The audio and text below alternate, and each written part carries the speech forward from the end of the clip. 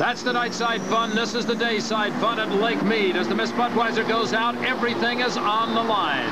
Tommy Deeth now trails by 227 points. He must hope for a victory here and hope that this boat, the Circus, does no better than fourth if he is to pull out a fifth consecutive world championship. Here's the lineup, the Miss Circus with Chip Hanauer. The Winston Eagles, Jim Kropfeld. He could be a real spoiler. Mr. Pringles, George Woods Jr. He's capable of running with these guys, too. Oh, boy, Oberto, Mark Tate has been a little bit of a surprise today. And, of course, the Miss Budweiser, Tom Deeth. Also in the field, the Cooper's Express, Mitch Evans. And rounding it out, the Jackpot Food Mart boat, U-19, Stephen David. As they come down for the start, in lane number 2, it's Miss Budweiser. It's a Circus in lane 1. He's going to nail this very close at the start. Dick Crippen, he's coming on. Miss Budweiser was out in the lead at the start of this race, but she had left the rest of the boats behind, and that's a little bit unusual with Chip Hanauer starting in that field also. It would seem those two guys would be dead on the start, but they weren't. Miss Budweiser held it for the start. But I'll tell you one thing, this boat, the Circus with Chip Hanauer, all he has to do is finish second and even third, and he can win a world title for the Circus race team. But we're getting word from the tower of the Unlimited Racing Commission. Are you ready for this, Dick Crippen? When it rains, it pours. This boat has jumped the clock. It is not in first place. He has to take an extra lap. We had wondered at the start of the race because it seemed like Miss Budweiser was leading the rest of the pack out there, and they'll try to do that on occasion. Tommy, usually one of the best starters in the field, but apparently got a little over anxious on the start of that race, and this time around he's going to give it all to the Miss Circus because Miss Circus is now your lead boat, although running second on the course. I almost thought they were going to play a reversal of last year, where this boat, the Circus won the final heat and won the event, but by laying back, the Miss Budweiser won the world title. I thought that would be the reverse this year, with this boat finishing second, this one first, but the world title going to that fine Circus team. As we look inside the Miss Budweiser, I'm wondering how fast the radio contact got to Chip Hanauer, because his speed of 120.9 on the first lap was actually one of his slower speeds of the day, and it seemed like he just kind of backed off it, knowing he just had to hold off the field behind him.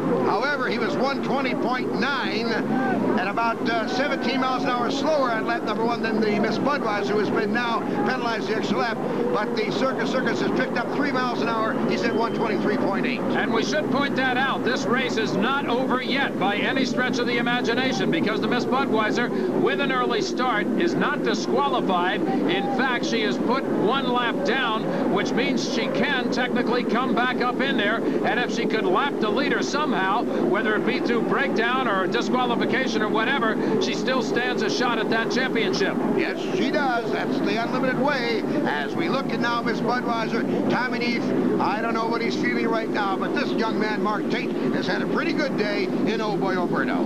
Mark Tate's still holding it in there, and he's well aware, as everyone else is in the field, where the matchup actually is. All of these boats have radios within them. As you look again inside the cockpit of Miss Budweiser, boy, that water flies by fast. But anyway, with the radio contact, it's a pretty good certainty that all of the drivers at this point are aware of the fact that the penalty has been levied against the Miss Budweiser. And look at Circus. He's apparently done some thinking about it. The water's agreeing with him. Goes up and plus 129, so he's picked his speed up. Third place is George Woods Jr. in the Chip Presents Mr. Pringles.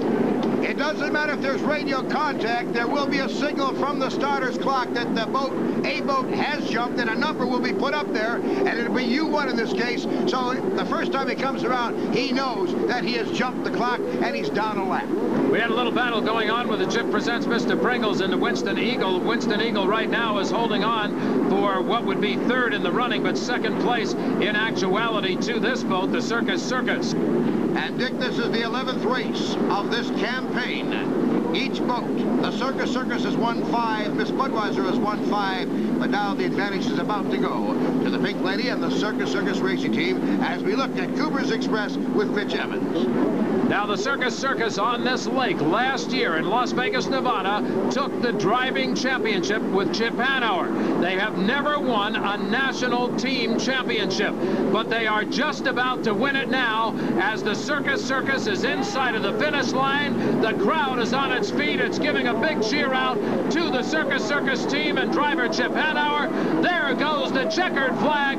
Chip Hanauer has taken the Drivers' Championship and the National Team Championship, the Team Championship for the first time. Second place to Jimmy Cropfeld and Steve Woomer's Winston Eagle. Third place to Bill Worcester's Chip Presents Mr. Pringles with George Woods. And of course the story, the Circus wins not only the Budweiser Las Vegas Silver Cup, but the National Championship and the Drivers' Championship. And we'll be back to share the moment with the winner, Chip Hanauer, in just a moment. What a moment for Chip Hanauer. And look who's coming up behind him, his old buddy and arch rival, Jim Cropfeld, offering congratulations. Let's get in on the fun. Chip Hanauer, the 1990 world champion. I can't believe it. You know, it's just such a tribute to Mr. Bennett, my team. We were down 1,000 points after Tri-Cities, and the guys never gave up. They just took a day at a time, and here we are, national champions.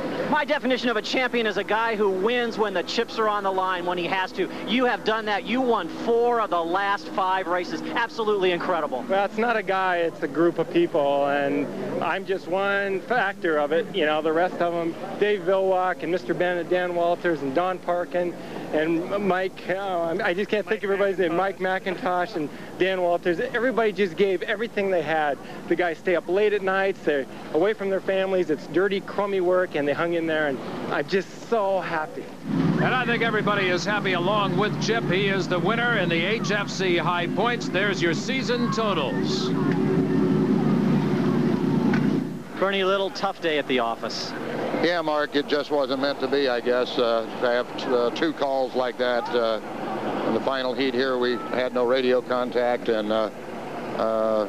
Tom was up for it, and he was going to win, and he did win, but he was about 1/10 of a second. It looked like too early, and but therefore he got penalized an extra lap, and that put us out. The earlier call, who knows? We couldn't see it, and of course my driver Tom D said that didn't happen, and I have faith in Tom's a pretty good driver, but 2 referees say that he made a lane change, and but I have never seen him disqualify a boat for that, but maybe they do. They did today, and that's a pretty important call. Disappointment in one camp, elation in the other, but we can say this: it has been a great year of racing for both camps.